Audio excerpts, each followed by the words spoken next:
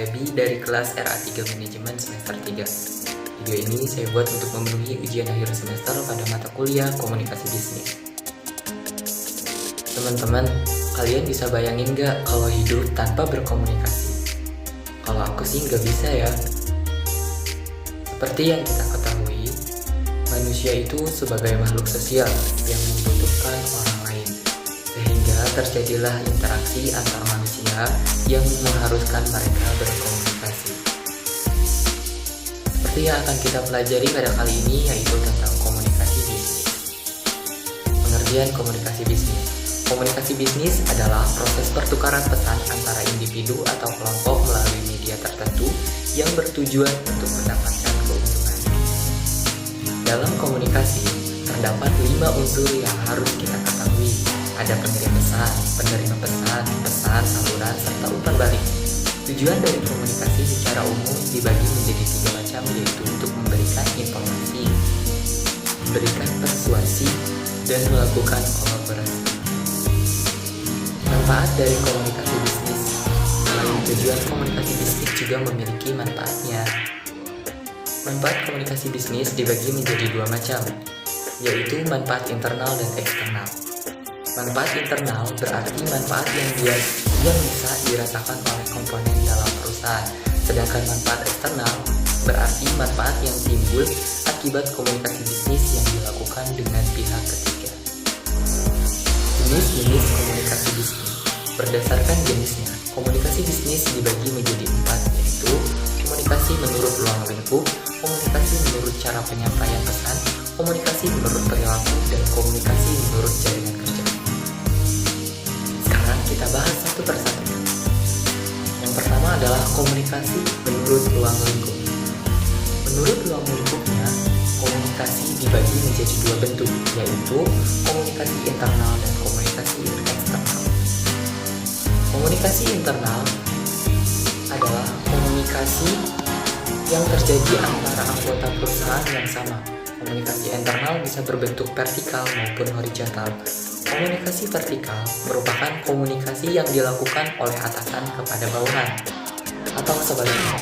Sedangkan komunikasi horizontal merupakan komunikasi yang dilakukan oleh karyawan dengan level yang sama.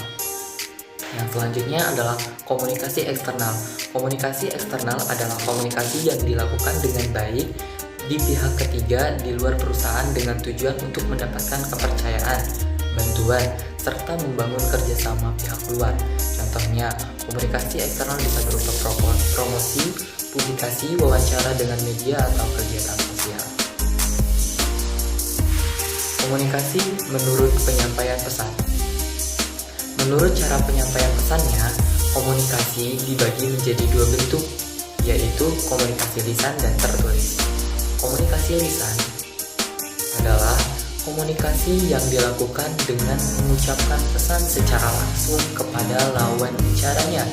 Contohnya, seperti dialog, wawancara, rapat. Komunikasi lisan juga bisa dilakukan secara tidak langsung, yaitu melalui sambungan telepon. Komunikasi tertulis merupakan komunikasi yang dilakukan dalam bentuk tulisan. Contohnya seperti pengumuman, ditulis di papan pengumuman, atau berita yang sifatnya singkat dan jelas. Contoh lainnya yaitu pesan singkat yang dikirim melalui memo, email, atau aplikasi pesan singkat. Yang ketiga adalah komunikasi menurut perilaku. Menurut perilakunya, komunikasi dibagi menjadi 3, yaitu komunikasi formal, informal, dan non-formal. Komunikasi